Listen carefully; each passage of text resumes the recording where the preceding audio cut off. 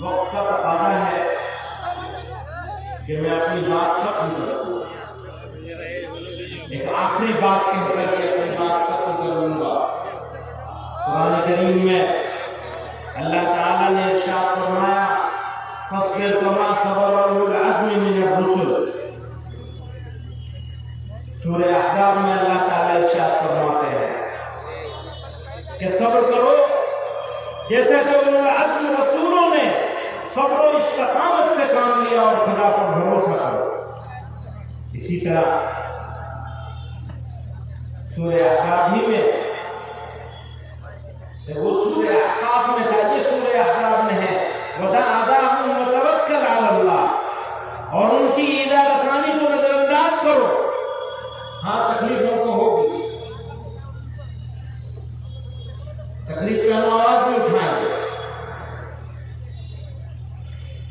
لیکن فیصلہ پروردگار کے ہاتھ میں رہے گا. ہم صبر کریں گے استقامت کے ساتھ، ان کی ایذا رسانی کو نظر انداز کریں گے اور خدا پر بھروسہ کریں گے. جب ہمارا مزاج اگر دعوتی ہو جائے تو قرآن کریم نے ارشاد فرمایا ادعو الی سبیل ربک بالحکمۃ والموعظۃ الحسنۃ وجادلھم باللتی ہی احسن. اپنے رب کے راستے کی طرف حکمت اور اچھی نصیحت کے ساتھ بلاؤ اور ان سے اس طریقے سے بحث کرو جو سب سے اچھا ہو، سب سے بہتر ہو. اسی طرح اللہ تعالیٰ نے قرآن میں ارشاد فرمایا ادفع باللتی ہی احسن فإذا الذي بينك وبينه عداوة كأنه ولي حميم. برائی کو بھلائی کے ساتھ، یاد رکھیے برائی برائی سے دور نہیں ہو سکتی. قرآن میں اللہ کہہ رہے ہیں برائی کو بھلائی کے ساتھ دور کرو تو تمہارے اور جس شخص کے درمیان دشمنی ہوگی وہ اس وقت ایسے ہو جائے گا جیسے وہ گہرا دوست. یہ ہمیں سمجھیے کہ ہم کو خوشخبری دی جائے. میں نے کہا دعوتی مزاج کی ضرورت ہے، دعوتی نہیں. یاد رکھیے شہاب الدین غوری کی دلی چھوڑ کر سلطان نعرے بازی ہوتی رہے، پورے قوم کا مزاج پر خراب کر دیا، نعرے بازی میں لگا دیا، کام کرنے کو تیار نہیں ہے، اپنے بچوں کی تعلیم کی طرف توجہ نہیں ہے، معاشرے میں رسم و رواج سے لڑنے کو تیار نہیں ہے. من مرضی چلے گی مسلمانوں کی. مسلمانوں اگر تمہاری من مرضی چلے گی تو پھر تمہارے اوپر شیطان کی حکومت چلے گی. جب اللہ کی حکومت نہیں چل سکتی، جب رسول اللہ کی حکومت نہیں چل سکتی صلی اللہ علیہ وسلم، بھیا درود تو پڑھ لو کم سے کم صلی اللہ علیہ وسلم. ان کی حکومت نہیں چلتی تو کس کی چلے گی؟ کس کی حکومت چلے گی؟ اگر ان کی نہیں چلے گی تو کس کی چلے گی؟ شیطان کی چلے گی، ظالم کی چلے گی. اگر ظالم کی حکومت ہمارے اوپر چلے گی تو پھر ہو گیا تو پھر کون سا اسلام ہے؟ کس مسلمان کی بات کرتے ہو؟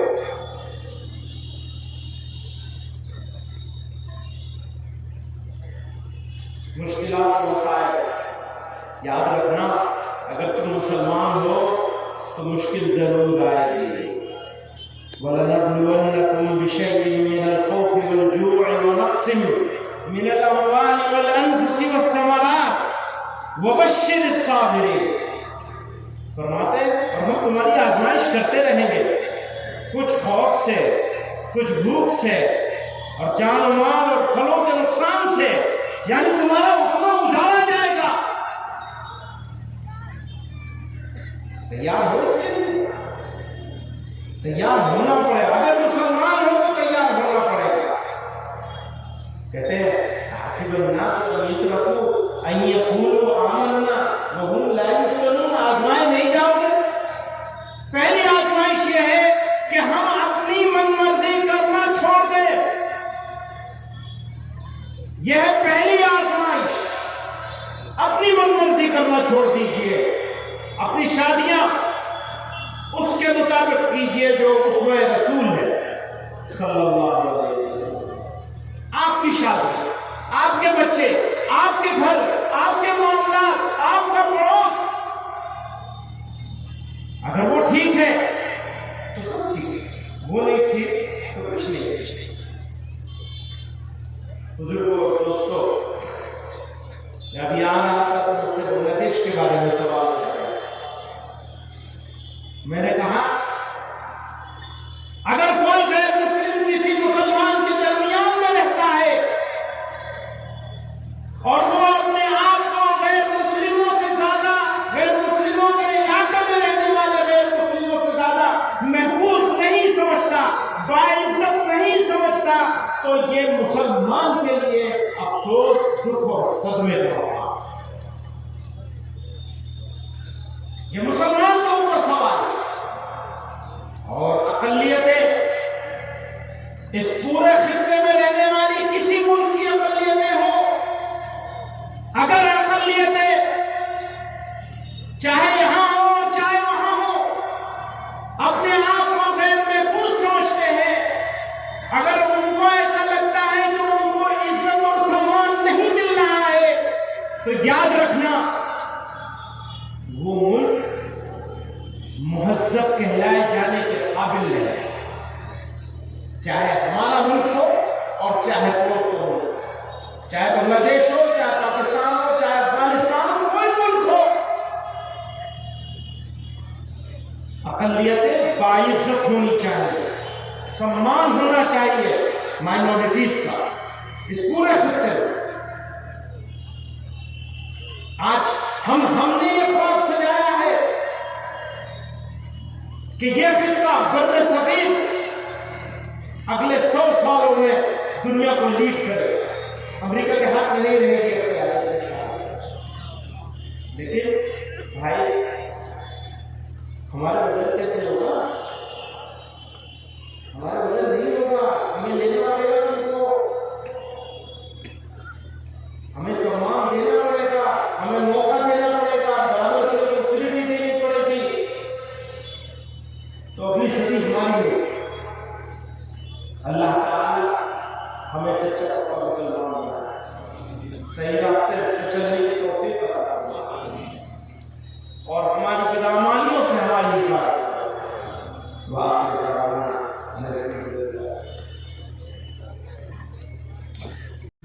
بزرگوں اور دوستوں، میں ابھی آنا تھا تو مجھ سے بنگلہ دیش کے بارے میں سوال کیا۔ میں نے کہا اگر کوئی غیر مسلم کسی مسلمان کے درمیان میں رہتا ہے اور وہ اپنے آپ کو غیر مسلموں سے زیادہ، غیر مسلموں کے علاقے میں رہنے والے غیر مسلموں سے زیادہ محفوظ نہیں سمجھتا، باعزت نہیں سمجھتا، تو یہ مسلمان کے لیے افسوس، دکھ اور صدمے کا ہوگا۔ یہ مسلمان کا اوپر سوال ہے۔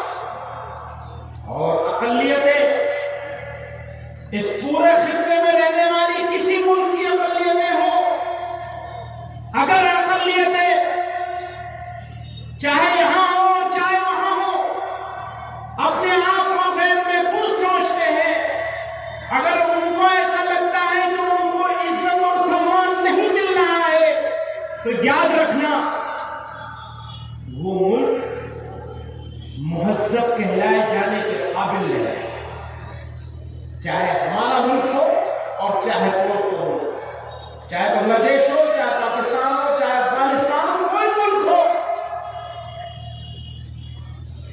اقلیتیں باعزت ہونی چاہیے، سمان ہونا چاہیے مائنورٹیز کا اس پورے خطے میں۔ آج ہم نے یہ خواب سجایا ہے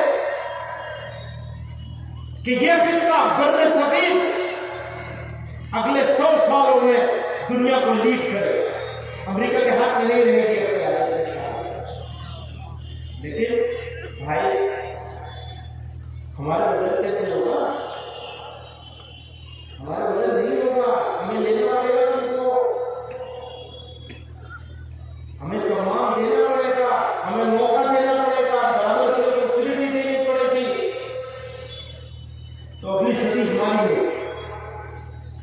اللہ تعالی ہمیں سچا اور مسلمان بنائے، صحیح راستے پر چلنے کی توفیق عطا فرمائے، اور ہماری بدعمالیوں سے ہماری حفاظت